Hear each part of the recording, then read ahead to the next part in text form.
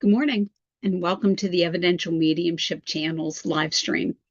It's just me today. So, what I'm going to do today is just kind of have a general discussion on some mediumship topics. And I gave it some thought, and I thought one of the questions that we get a lot is, well, what's the difference between psychic and mediumship? And so this is what I'm going to talk about today, okay? And we'll, cover some different ideas. So when you have a psychic reading is about you, your life, your energy, future, whatever. The psychic reader, the person who's giving you the reading, can perceive information about you through their intuition, through your emotions, mental images, or physical sensations. Okay, but ultimately, they're going to provide insight into things like your relationships, your career, your finances, personal growth, health and wellness, big life decisions, anything like that. Okay, but they generally work by reading your personal energy or your energy field. And many psychics also describe receiving information through forms of ESP, like clairvoyance, clairaudience, things like this.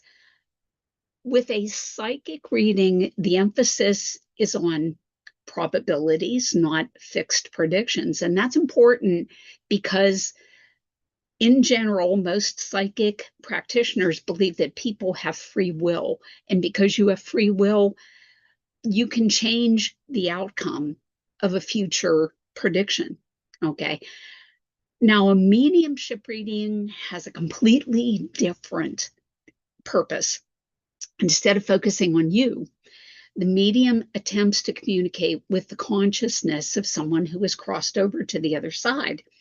And the medium's goal is, number one, to provide evidence of the person's identity. You've seen us work like this on this channel, and sharing messages from that person, offering comforting and healing, helping resolve unfinished emotional issues between the sitter and the deceased. Okay.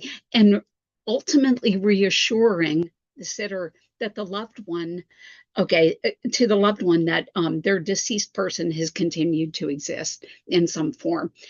And many mediums say that they first establish a connection with the spirit communicator and then relay what they perceive using the same intuitive abilities used in psychic work. So the obvious question is, can one person do both? And the answer is yes.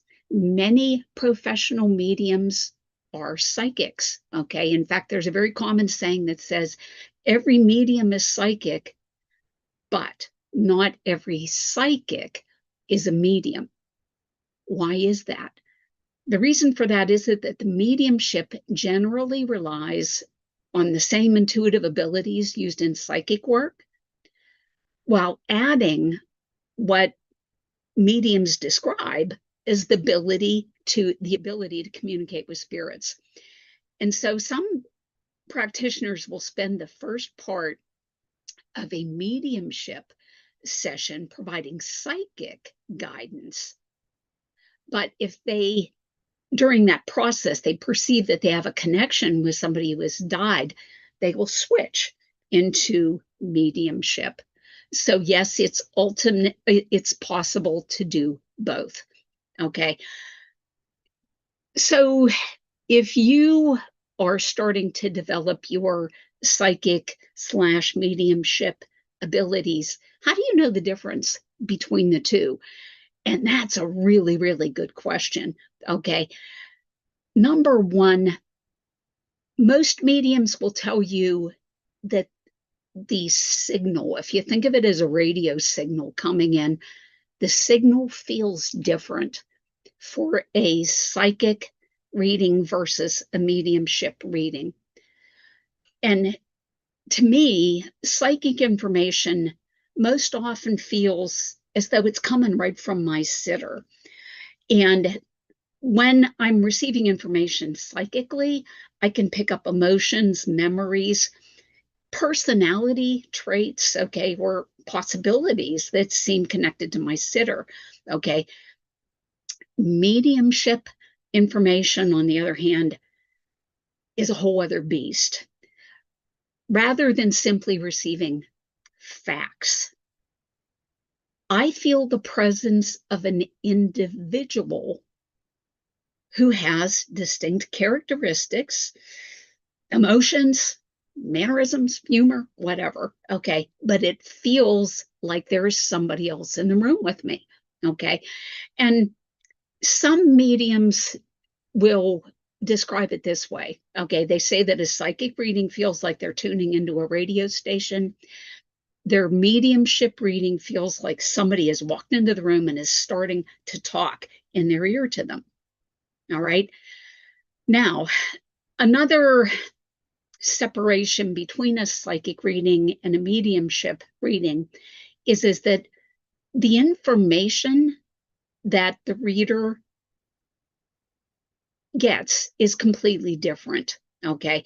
So a psychic may say something like, I'm feeling chest pain and deep sadness. Okay. And the medium's information comes out like this: I'm standing here with a man who had heart problems. So it's different. Okay. So the information starts to build with a third person rather than simply describing the sitter's life. Second, the personality comes through. Experienced mediums often don't say that spirits don't just provide facts. Ultimately, they express who they are, because the intention is for them to show their loved one that they're still the exact same person, even though they've crossed over to the other side.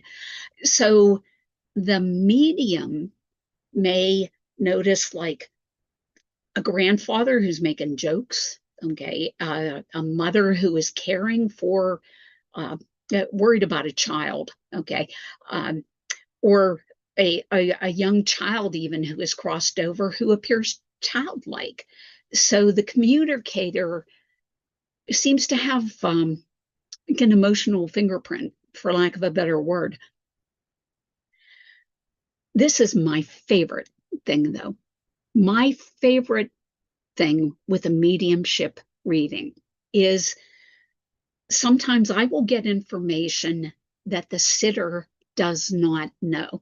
All right.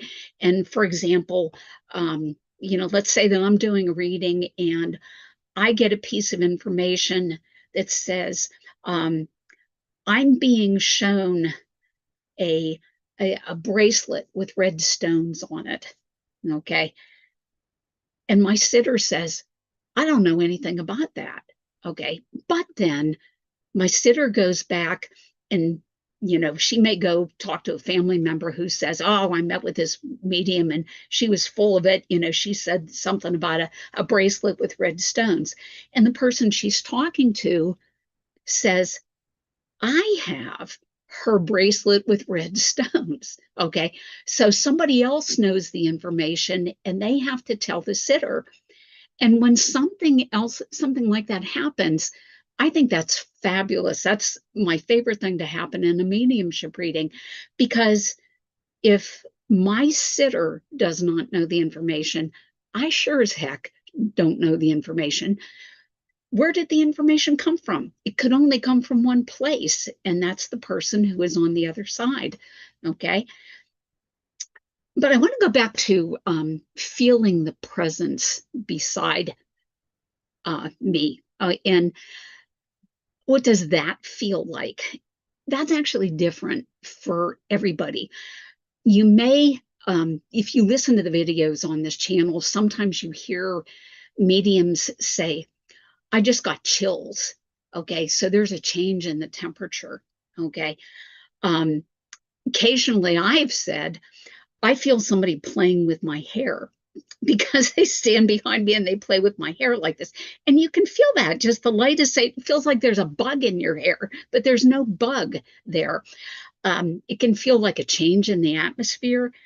Um, or ultimately, it's your intuition that tells you that somebody else is in the room. It makes you want to look over your shoulder and say, if there's somebody else here.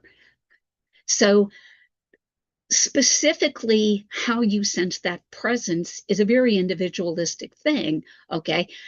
Depends on who the person is. But all of those things can help you develop a sense of a presence that is with you, that indicates that you're in a mediumship reading and not a psychic reading.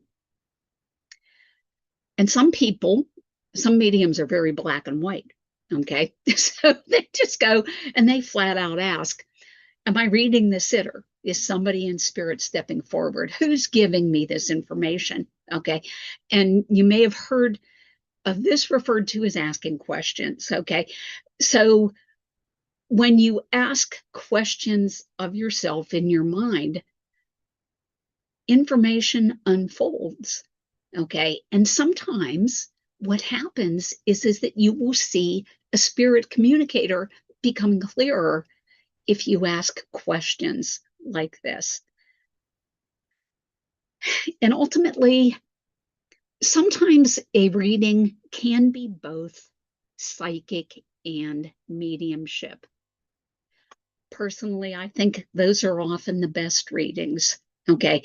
And the reason for this is for example, okay, let's say that the person who's giving the reading may psychically sense that the sitter is struggling with grief. So that causes a question in their mind. What is making you grieve? And then that helps pull the deceased loved one into the picture. Okay. So the psychic part of the reading can be what starts it. Okay. And then the mediumistic component helps to develop the messages and the communication between the spirit. And I know this is so confusing for beginners, all right? And so many developing readers ask, was that psychic or was it spirit? And the honest answer from a lot of experienced mediums is during the development, okay, they don't know. That's being perfectly honest. The focus is usually less on labeling the source and more on learning to recognize recurring patterns. Like, number one, how does psychic awareness feel in my awareness? What does that feel like? Am I feeling the emotion, or does it feel like a fact? Another pattern that's really important. How does a spirit communicator seem to announce themselves? Like, what is it that makes me think that there's another person here? What was the very start of that? That's the spirit communicator announcing their presence. And then what sensations consistently accompany each type of reading? Okay. Are you just feeling it in your gut? Are you hearing things? What is it? Okay. Make note of those things and be conscious of those, because that will help you recognize whether you are, the official term is in the power, okay, a mediumship reading, or are you doing a psychic reading? And ultimately, the question becomes which impressions that you get are validated and you're told to be correct, okay, by your sitter. So over time, it's just a lot of experience and trial and error. Sometimes yes, sometimes no. But if you do it long enough, you'll come to recognize the difference between a psychic reading and a mediumship reading. Okay. And ultimately, a lot of seasoned mediums say that the distinction is clearer, okay, through practice and honest reflection on what consistently proves to be meaningful and accurate to your sitters.